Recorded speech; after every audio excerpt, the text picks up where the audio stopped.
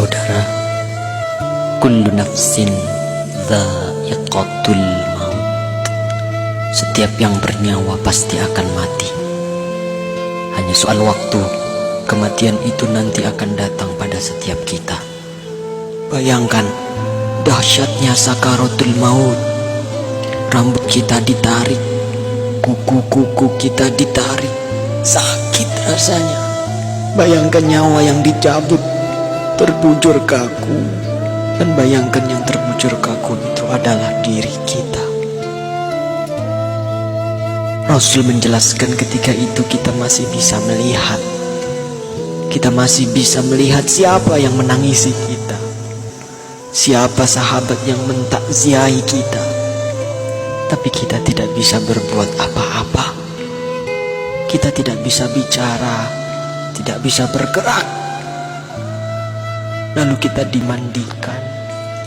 Bayangkan itulah diri kita yang sedang dimandikan. Air mengguyur tubuh kita yang selama ini kita bisa mandi sendiri, tapi sekarang harus dimandikan.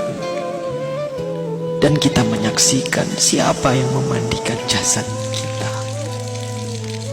Bersyukur kalau yang memandikan itu adalah anak-anak kita. Sementara kita belum mengajarkan anak-anak kita untuk itu. Ya Allah.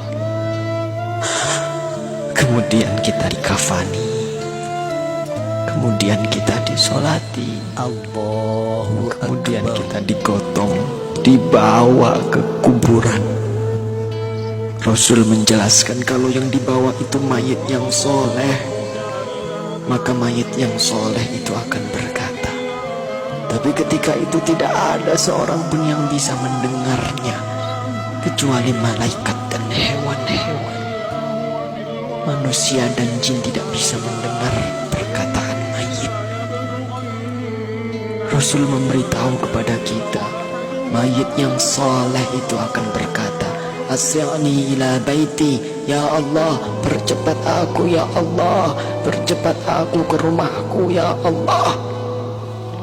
Dia sudah melihat surga Allah. Dia sudah melihat surga karena kesolehan di dunia selama ini. Subhanallah.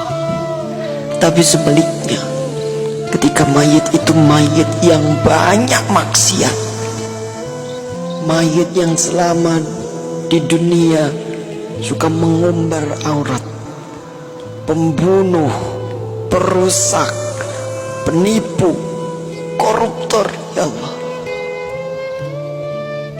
Mayat itu akan berkata, Aina tadhabun, mau dibawa kemana aku ini? Berhenti, berhenti. Tapi tidak ada yang mendengarnya. Ibunya tidak bisa mendengarnya, ayahnya tidak bisa menolongnya, teman-temannya tidak bisa berbuat apa-apa. Dan terus ia dibawa ke dalam kuburnya. Subhanallah. Saudara, semua kita akan masuk ke dalam galian lubang tanah 2 meter. Ketika itu kita masih bisa melihat untuk yang terakhir, siapa yang mengubur kita, siapa yang menutupi tubuh kita dengan tanah. Mungkin keluarga kita, mungkin tetangga-tetangga kita, atau sahabat-sahabat kita. Tapi begitu selesai kita dikubur, orang-orang yang kita cintai, orang-orang yang dulu selalu bersama kita, orang-orang yang dulu selalu menemani kita, semuanya pulang. Semuanya pulang meninggalkan kita sendirian di kubur. Maka kita merasakan kesedihan, takut, gelisah. Tapi kita tidak bisa pulang mengikuti mereka. Kita hanya bisa mendengar langkah kaki mereka saat semua orang pulang meninggalkan kita sendirian di kubur. Astagfirullah. Di dalam kubur, darah, daging, tulang, belulang hancur. Sempit, gelap, rumah ular, rumah tanpa alas, rumah kesendirian. tempat kita akan ditanyai perbuatan kita selama hidup di dunia. Itulah kubur.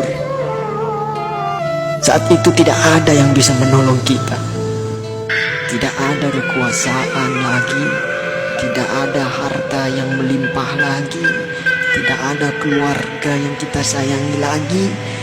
Tidak ada pengawal yang setia lagi. Allah Akbar, Allah Akbar, Allah Akbar. Tapi alhamdulillah, kita bersyukur karena kita masih hidup, saudara. Hari ini kita masih hidup, kita belum mati. Berarti Allah masih sayang pada kita. Allah masih memberi kesempatan kepada kita untuk bertaubat. Allah masih beri kita waktu untuk beribadah sebanyak-banyaknya. Maka inilah saatnya. Inilah saatnya kita untuk bertaubat, saudaraku. Inilah saatnya kita untuk berjanji taat, saudara. Saatnya untuk kita berhenti melakukan kemaksiatan. Saatnya untuk kita berhenti melakukan kezaliman. Saatnya kita membahagiakan keluarga kita, istri kita, suami kita, orang tua kita, anak cucu kita. Saatnya kita berbuat baik untuk negeri yang tercinta ini.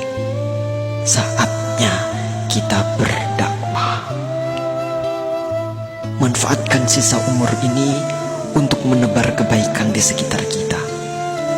Karena kita tidak tahu kapan kita akan kembali kepada Sang Pencipta kehidupan, Allah Subhanahu wa ta'ala.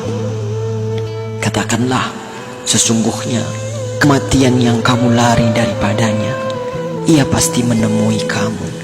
Kemudian kamu akan dikembalikan kepada Allah yang mengetahui gaib dan yang nyata. Lalu dia beritakan kepadamu apa yang telah kamu kerjakan.